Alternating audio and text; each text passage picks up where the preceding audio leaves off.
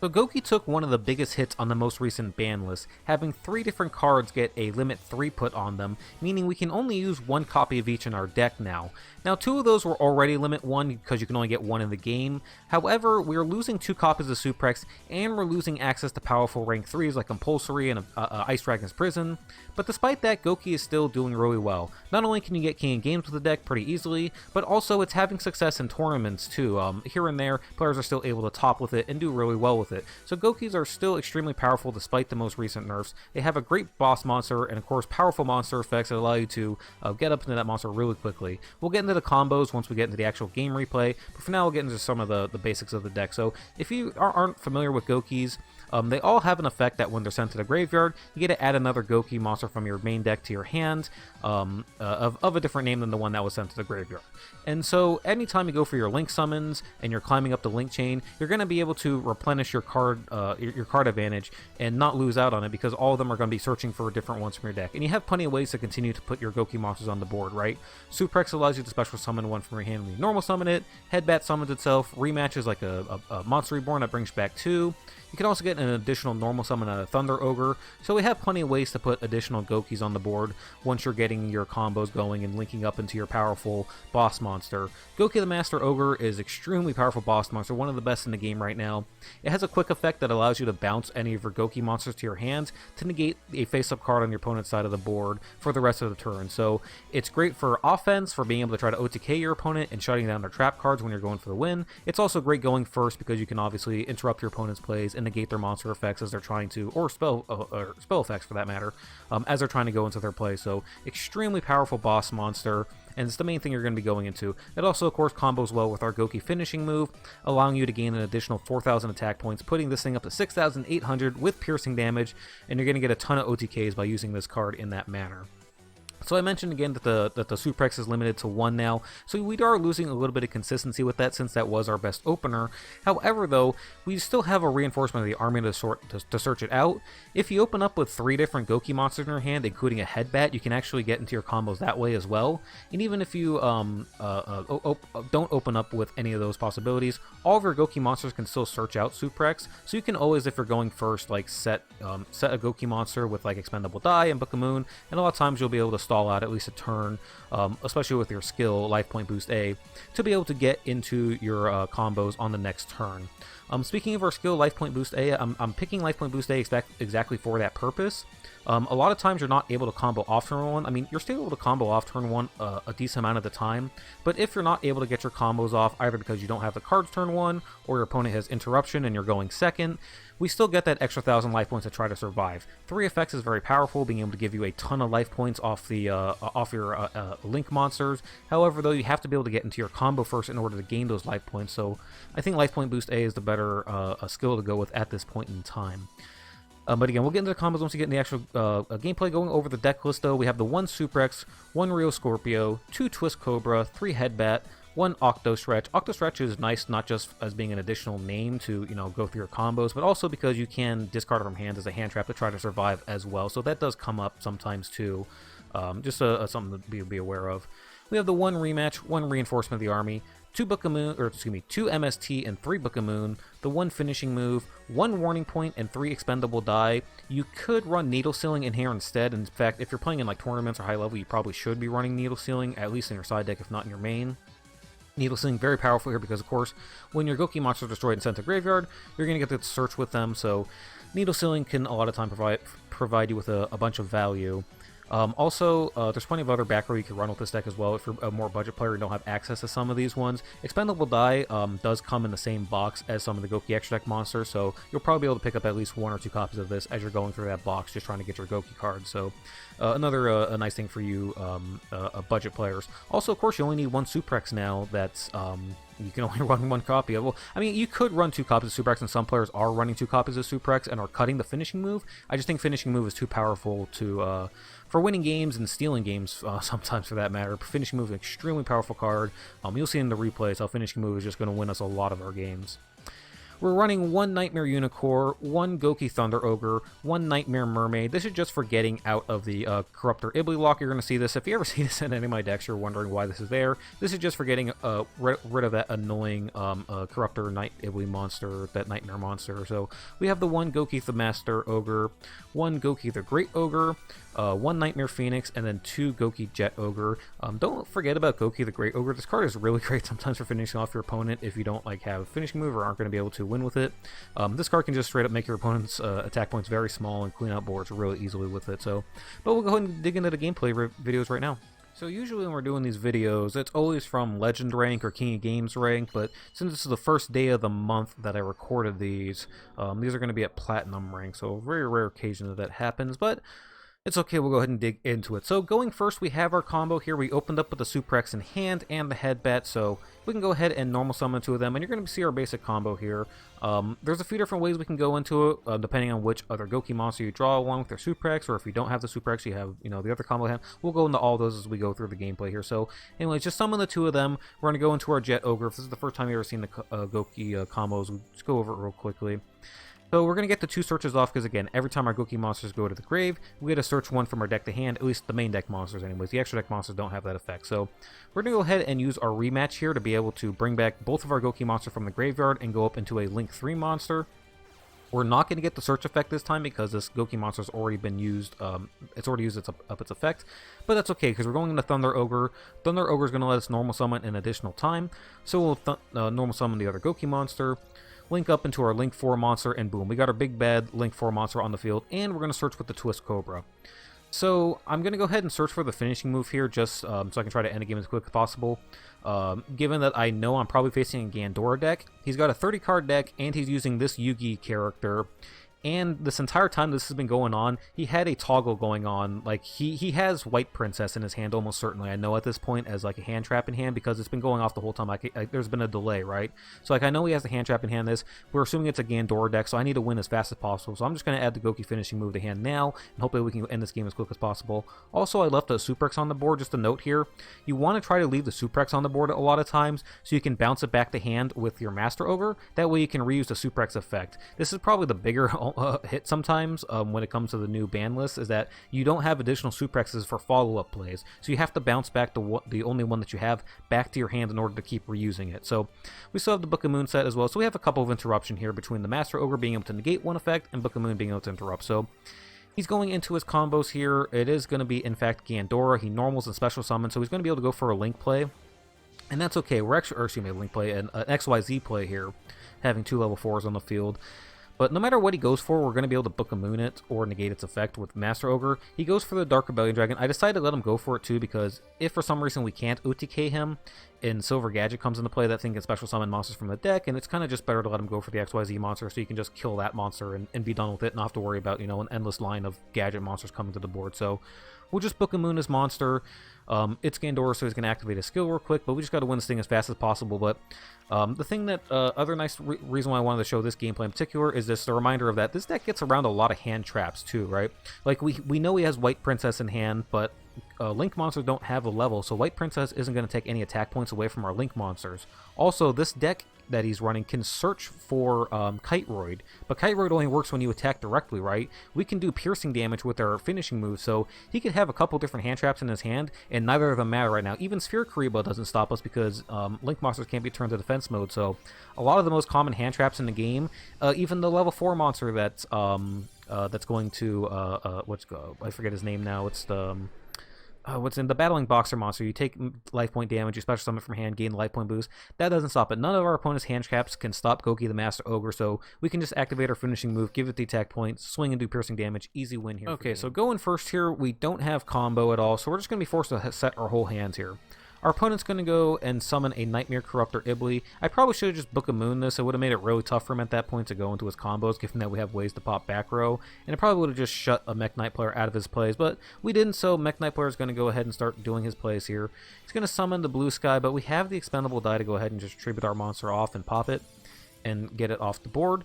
And every time you activate Expendable Die successfully, you're going to get a +1 off of it, right? So Expendable Die is a 2-for-2 trade on its own. You lose a monster and you lose the card, but you draw one and you take out a monster or a card on your opponent's side of the board. So that's an even trade, but then when you get the search off the Gouki effect, you get the +1 off of it. So really powerful card. Every time you resolve it, you're getting a +1. So our opponent's going to continue with his plays. He's going to go ahead and summon the Purple Nightfall off the World Legacy, allowing him to search from his card at hand. He's going to get the L-Star. It's going to let him pop back row. So I'm just going to go ahead and book his monster so that he can't take out our MST here. Setting another card, just MST it, get it off the field. So going to our turn, we have our combo. We were able to search out our Suprex. And this is what I'm talking about. Even if you don't open up a combo in your hand, you're still going to be able to get to your Suprex anyways. Just because it's so any of your Gouki monsters can search it out. So you're going to have your combo in the next turn most of the time. So go ahead and just get his Ibli off the board. We'll summon the Suprex. We can just go into our full combos now. It doesn't even matter that Mermaid is on the field. It's not going to bother us at all. So Suprex summons the other Gouki from hand, search out from our deck, get the rematch, get another Gouki monster. We can now go ahead and activate the rematch, bring back 2 monsters from our graveyard. Go ahead and send them all off into the Gouki Ogre. Going to tribute our effects. We're going to be able to add our finishing move to hand now, and at this point we have everything we need to win the game, and he realizes that because again we can activate our finishing move, give the giant attack point to boost to Gouki, the Master Ogre, swing through, easy win for us. Alright, Battle of the Life Point Boost Alphas. Both players who have 5,000 life points.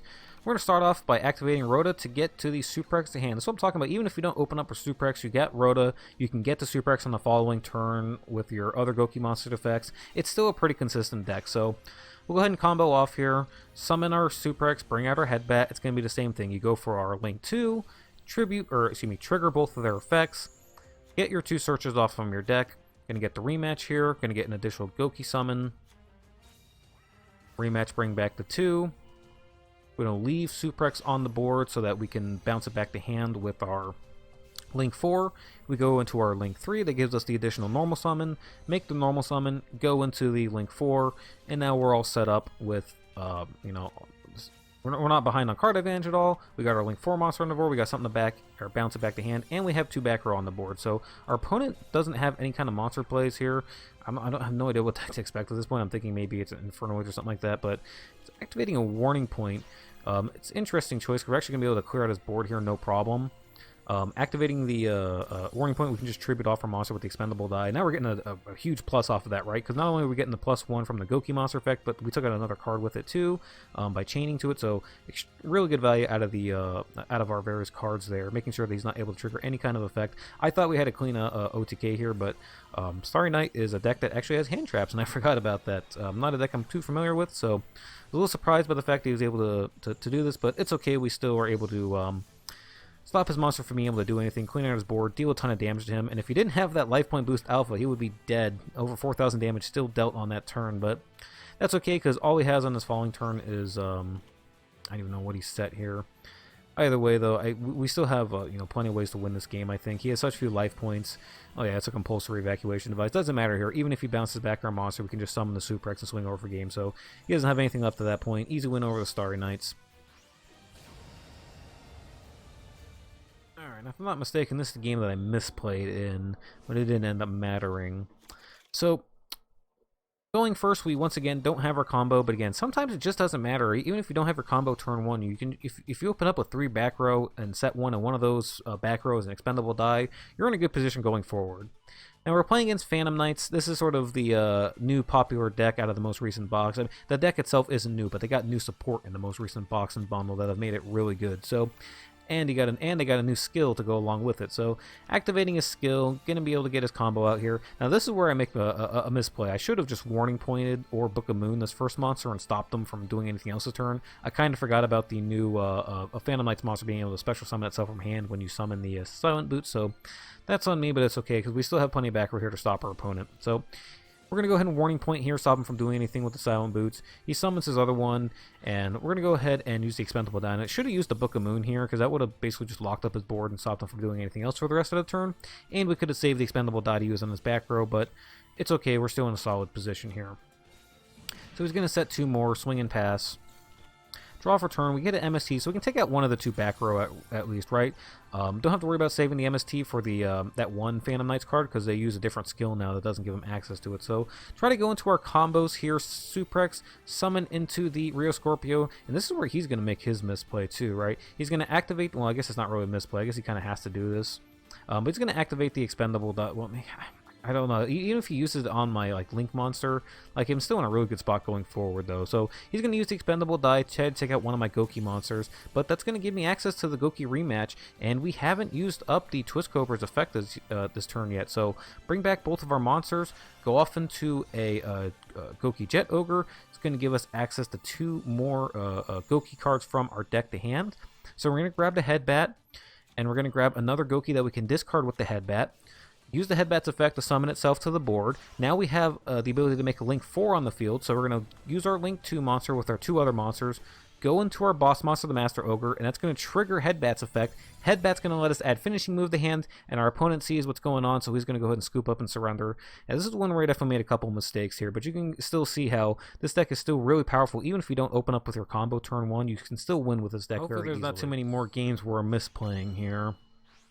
And so a lot of times I go back and watch the replays and I go, oh yeah, I totally wasn't thinking about that, or oh, I should pay more attention when I'm playing my game sometimes.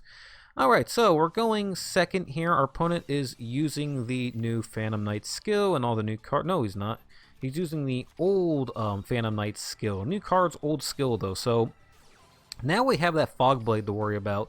So I'm going to save one of the MSTs to chain and pop the Fog Blade, but I'm going to go ahead and use the other one that's just take a 1 in 3 chance and hope that we hit another back row card.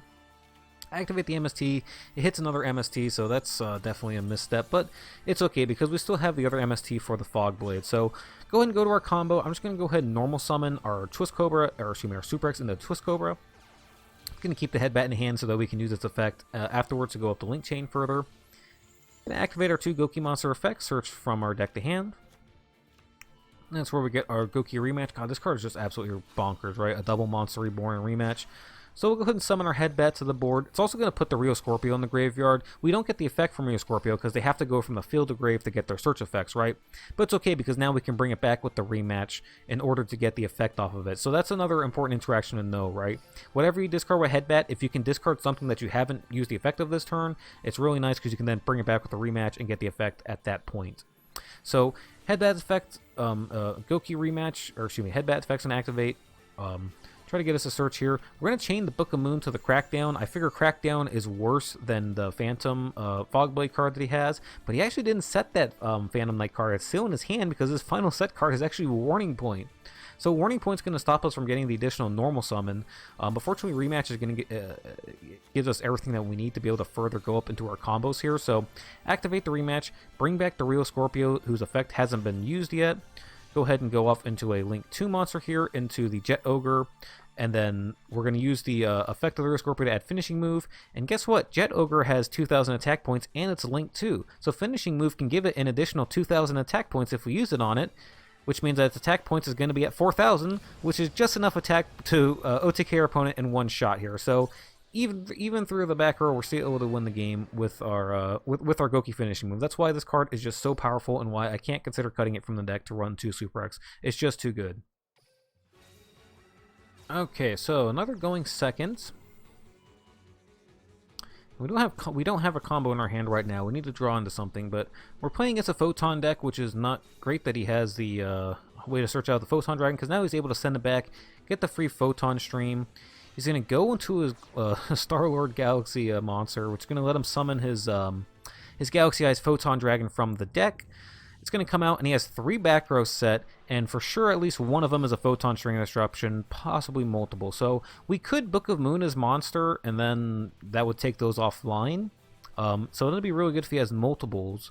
But then if we don't fight through the rest of his interruption, he's just going to turn around and destroy us in the next turn anyway. So we draw the MST. MST one is back row. See what we hit. We hit a Photon String, so I'm going to take the chance here and not Book of Moon as monster and just hope that he doesn't have another Photon Stream of Destruction and try to just save this or try to survive if I can, because we don't have a way to combo off here this turn. So we definitely need to survive one way or another. But unfortunately, he does have another Photon Stream of Destruction. And again, we don't have any way to kill his Photon Dragon as is anyway, so that's fine. He's going to activate it, banish a monster. We'll just set another Book of Moon, and again, we just need to survive one turn anyways. And if we can Book of Moon this and survive, we should probably be okay. So he has another Photon Stream. He takes out our other back row, which hurts. Eternal Galaxy is going to let him go into an XYZ summon here. I'll go ahead and let him go up the chain here. It's fine. It doesn't matter. We'll just go ahead and Book of Moon his monster when he tries to pop our back row. So flip down the XYZ monster so we can survive for a turn. We'll take the 3k hit, and we need to get into combo some way or another here. And whew, we top deck the Rhoda, so we actually have a chance. So top deck Rhoda, get the Suprex. Suprex is going to let us go into our full combo here. And his monster, the other reason why it's good, I think, to go into this, because how much defense does... It has 35 defense, whereas his other monster only has 2800 defense. So this is the other reason why we let him go through the XYZ chain, is because it's going to be easier to OTK him with this, right? Because when our monster goes up to, what is it, 6800 attack points? And his monster has 2800 attack points, so that's exactly 4000 damage that we need for game. So we're going to go into our combo here, the same one that you've seen multiple times here. Kind of wish I could have shown off a little bit more of, like, just like if you draw Suprex and Twist Cobra in hand or something like that, because it's mostly the same thing, but... you see the little differences here, though. But either way, go into our Link 4 monster, search our deck for finishing move. Again, this is why this card is just so important and why I could not take it out of the deck. Give our monster 6,800 attack points, negate the effect of his Photon Dragon. Oh, another thing, I always forget about this effect, too. Gouki the Master Ogre has another effect that says... you can attack all monsters on your opponent's side of the board once each. Forget about that, because usually on the first attack you just win the game. But it says you can attack all monsters on the field once each, but you have to attack the monster on their side of the field in attack position with the highest attack points first. So you can't attack over a face-down monster if he has an attack point monster on the board first. So that's okay, because we can just swing over this thing, and we can negate the Photon Dragon effect by bouncing the Suprex to hand, and then using it to negate this, right? Because Photon Dragon lets him bounce monsters, or remove monsters when they attack, but either way, his monster's effect negated now, so we can swing over his Photon Dragon, swing over the face down, deal enough damage to win the game here. He's going to try to activate his monster's effect, but again, it's negated. Doesn't matter how many times he tries to activate it here. Apparently, he can activate it multiple times, so it doesn't matter. Swing, swing, easy wins. And I think that's actually the last video that we have. So if you guys do like the video, please be sure to like and subscribe. It does help out the channel, and I really do appreciate the support. Thank you guys for watching, and have a wonderful rest of the day.